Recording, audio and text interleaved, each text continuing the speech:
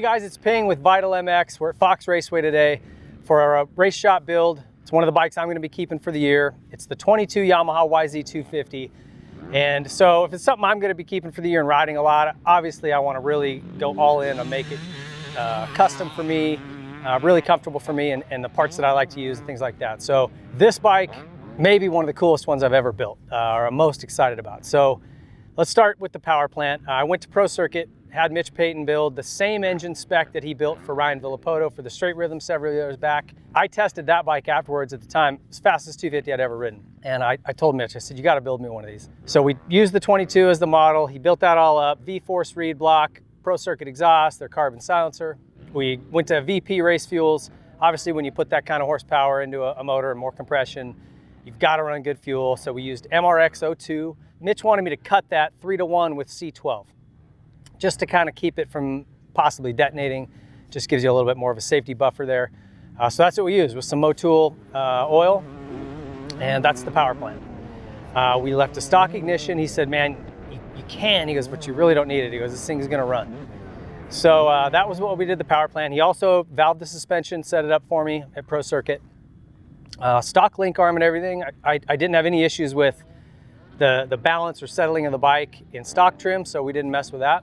Then kind of some of the other parts around this thing. I use the stock wheels because they're good, they look cool. I mounted up Dunlop tires, and this is my tire combo, the 33 rear with the 53 front.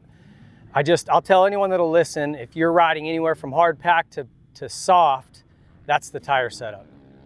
It works in such a broad range of terrain, unless it's muddy or really deep sand, in which case I like the 33 front with the 12 rear, the scoop.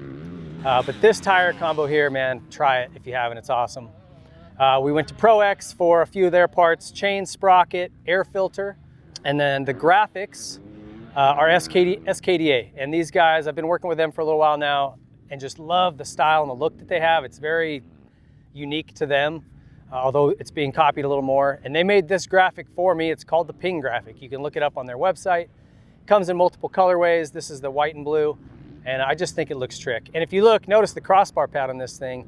They're now doing customizable crossbar pads to, you can put whatever you want on there. I said, make it match the graphic. I think that'll look cool. So it's got my name and number and ODI on there, and pretty rad. So big thank you to those guys for coming up with an awesome look. Controls, so I've got ODI handlebars. It's the RC4 bend. I love that bar. It's just super comfortable. I cut about a ½ inch off either side. For me, I just feel like it stabilizes the bike a little bit and makes it just fit me better. I use their lock-on grips, just the regular lock-ons from ODI. Love those things. And Nihilo Concepts lever skins, lever grip on my levers.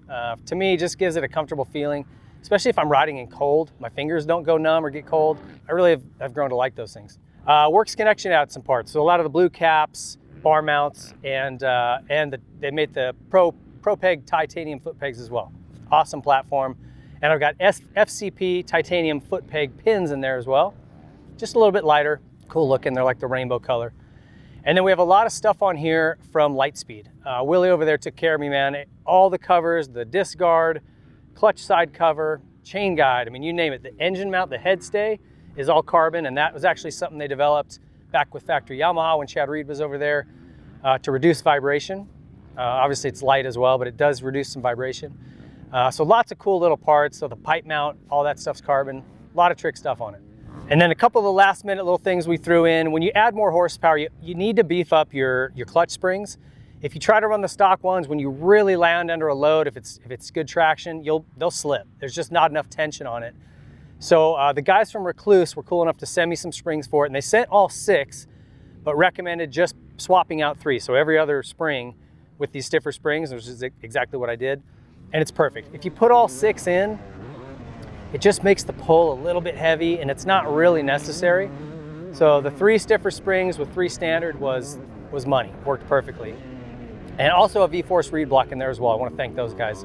That's an awesome product. If you have a 2-stroke, just put it in. It's bolt-on horsepower, no reliability issues. The things are awesome. So I appreciate all the folks that chipped in on this bike.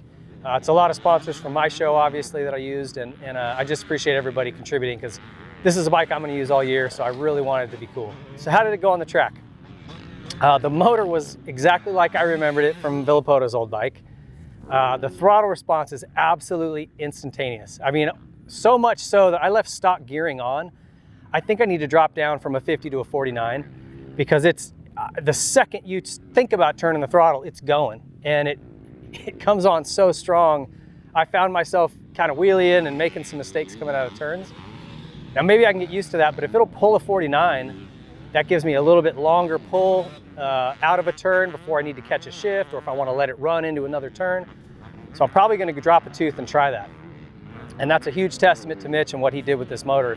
If it'll pull a smaller sprocket, that tells you he did some good work. The pull is incredibly strong all the way up through the top. It never just signs off.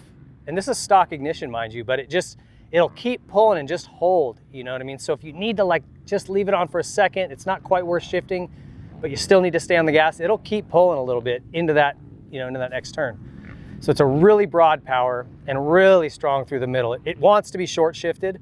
Again, that's why I think I could go to a 49 and probably be better off. But as quick as I could shift this thing, it's pulling gears. And the carbon silencer has such a nasty sound. This thing is just throaty and meaty. You can hear it from across the track. It's so fun to ride. Just big smile under my helmet the whole time. I went out and it felt a little bit high in the back. I checked the sag. I was at 98. I bumped it to 102 and it was perfect. Man, I got the thing I didn't even touch clickers. Straight from those guys, the setting is awesome. Just super plush in the little stuff. Just what you're looking for. But on big hits, or if I G out into something, it's not going all the way through. It holds up enough. Settles into the turn nicely. I mean, I'm so happy with the way the thing works. Love the bars, love the pegs. It's stock brakes. Sometimes I'll put a braided line on or I'll go to a bigger rotor. I just don't need it. This thing just in stock trim works so well. I didn't need any more power, so really happy with that. I love the seat. SKDA makes these covers that have like a raised rib on it, and it's a ton of grip. So I like to have a grip seat because to me it's just doing work that I don't have to do with my hands or even squeezing with my legs. It's just the seat's dragging against my butt and holding me in place. So really, really cool seat cover those guys have going on. That was comfortable to me. And the 22 YZ, if you haven't ridden one of these, it's just a much racier body work and kind of setup. It does sit a little bit higher, but you don't notice that on the track. It just feels thinner and racier. I guess that's the best way I can put it. You sit back to back against a 21, that feels like a trail bike. This feels like a race bike. So the engine setup with the suspension and all the parts I like, I could not be happier. This thing is awesome. Bare minimum, I'm gonna go out and have a lot of fun on this thing. Thank you so much to the sponsors. If you're interested in any of these parts, man, check them out. I can't recommend any of these people enough. They are so good at what they do.